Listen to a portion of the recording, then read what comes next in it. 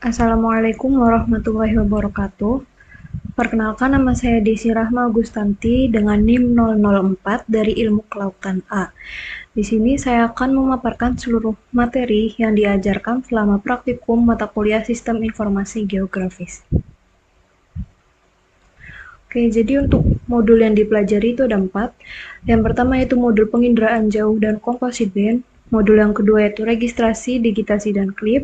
Modul ketiga yaitu interpolasi kriging pada pemetaan klorofil A dan SPL.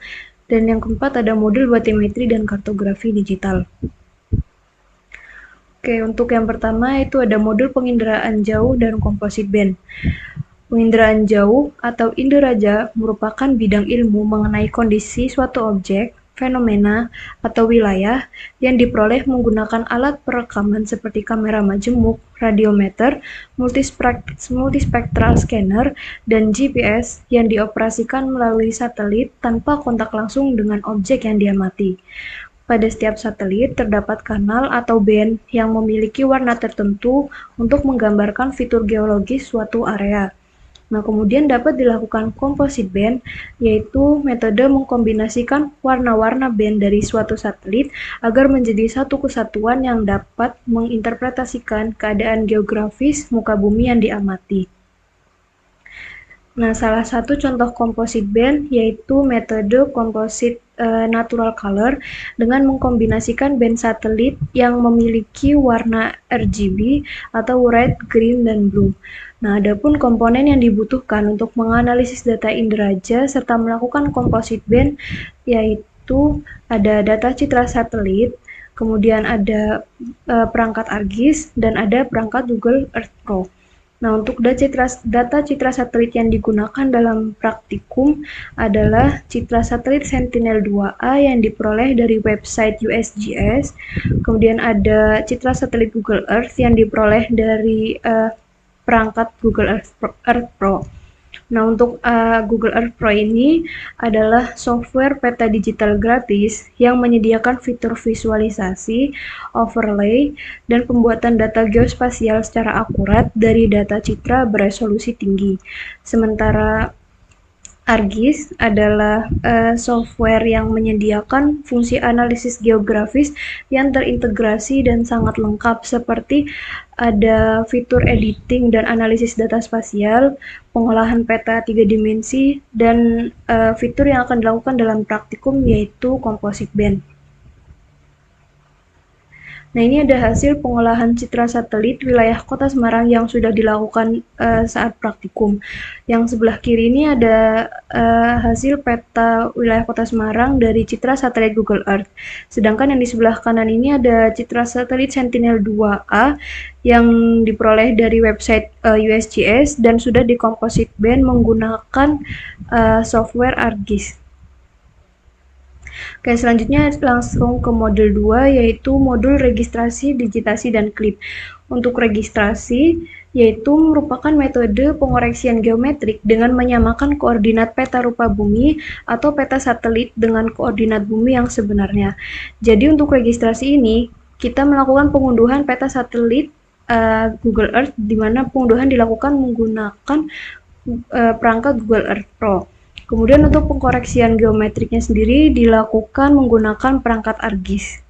Selanjutnya yaitu metode digitasi, yaitu metode konversi objek-objek pada peta yang masih berupa data analog menjadi format digital berdasarkan 3 bentuk, yaitu point atau titik, polyline atau garis, dan poligon atau bidang poligon.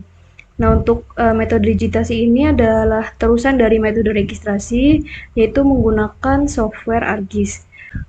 Kemudian selanjutnya ada metode clip, yaitu merupakan metode geoprocessing untuk memotong bagian wilayah tertentu agar dihasilkan peta yang secara spesifik berfokus pada wilayah tersebut.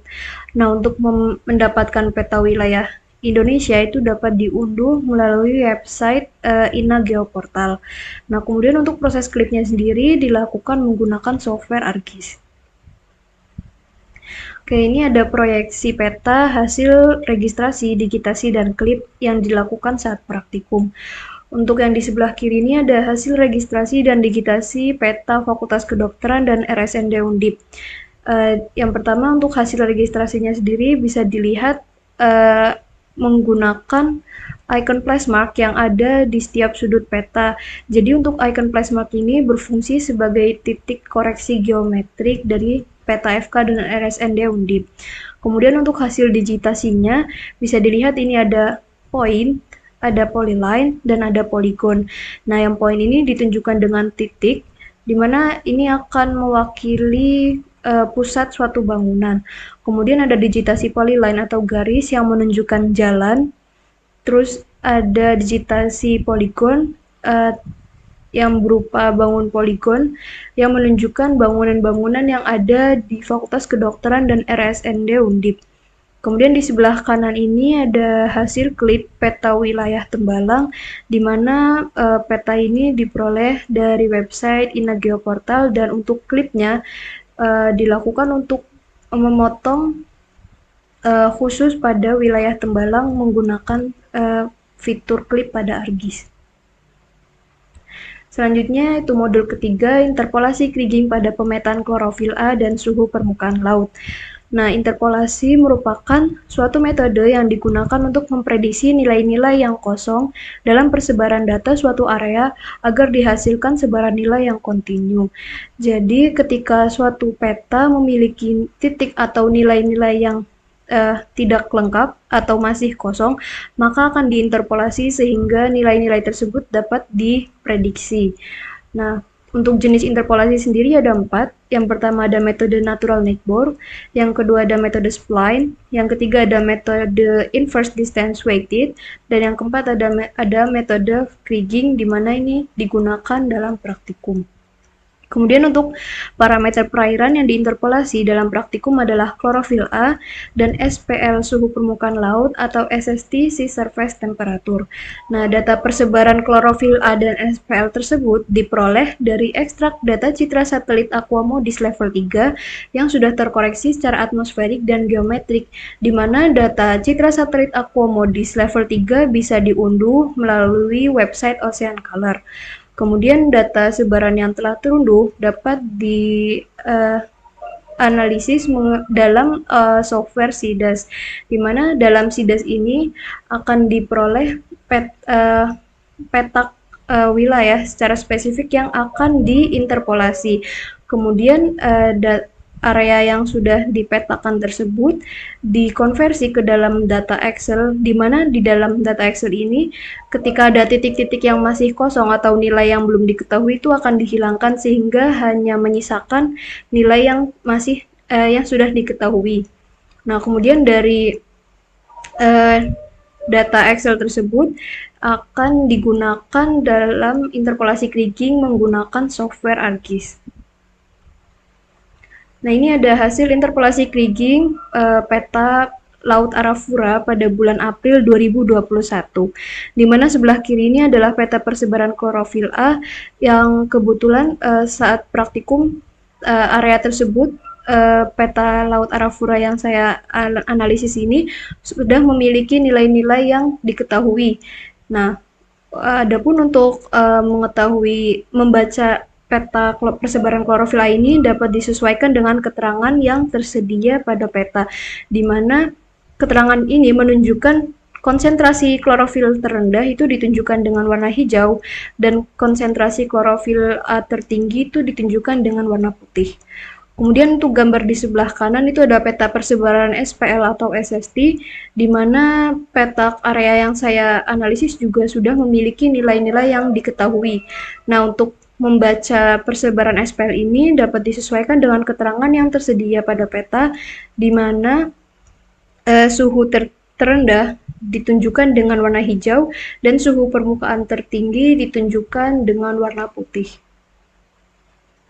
Oke, yang terakhir ada modul batimetri dan kartografi digital.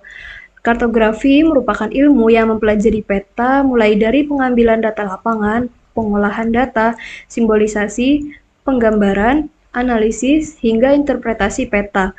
Peta yang disajikan memuat skala tertentu yang mewakili unsur-unsur permukaan bumi secara grafis. Kartografi dapat dibuat secara manual dengan proses penggambaran konvensional atau secara digital dengan menggunakan teknologi pemetaan modern seperti yang dilakukan dalam praktikum.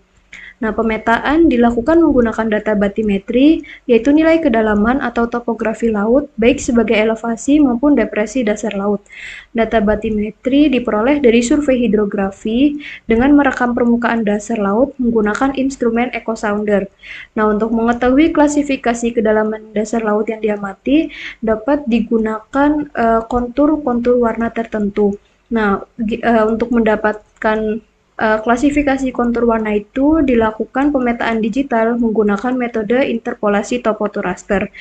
Nah, untuk data batimetrinya sendiri dapat diunduh melalui website InaGeoPortal dan metode interpolasi topo to rasternya dapat dilakukan menggunakan software ArcGIS. Nah, ini ada hasil peta batimetri perairan Teluk Awur yang saya lakukan saat praktikum. Nah, pada peta ini memuat peta batimetri yang berada di sebelah kiri dan di sebelah kanannya adalah data pelengkap peta yang meliputi judul peta, identitas pembuat peta, petunjuk arah, kemudian ada skala batang dan skala angka yang berfungsi sebagai nilai pembanding antara luasan wilayah yang dipetakan dengan luasan wilayah sebenarnya. Kemudian ada legenda yang berguna sebagai keterangan kontur warna dari batimetri atau kedalaman perairan di Teluk Awur. Kemudian ada inset peta yang berfungsi untuk mengetahui lokasi pemetaan batimetri ini jika dalam skala peta yang lebih besar. Kemudian terakhir juga ada sumber peta. Nah, untuk membaca peta batimetri ini dapat disesuaikan dengan legenda yang tertera, di mana untuk peta batimetri ini menunjukkan kedalaman perairan. Nah, untuk kedalaman yang tertinggi atau perairan paling dalam dari perairan Teluk Awur itu ditunjukkan dengan warna biru paling muda, yaitu dengan kedalaman 6,2 sampai 7 meter.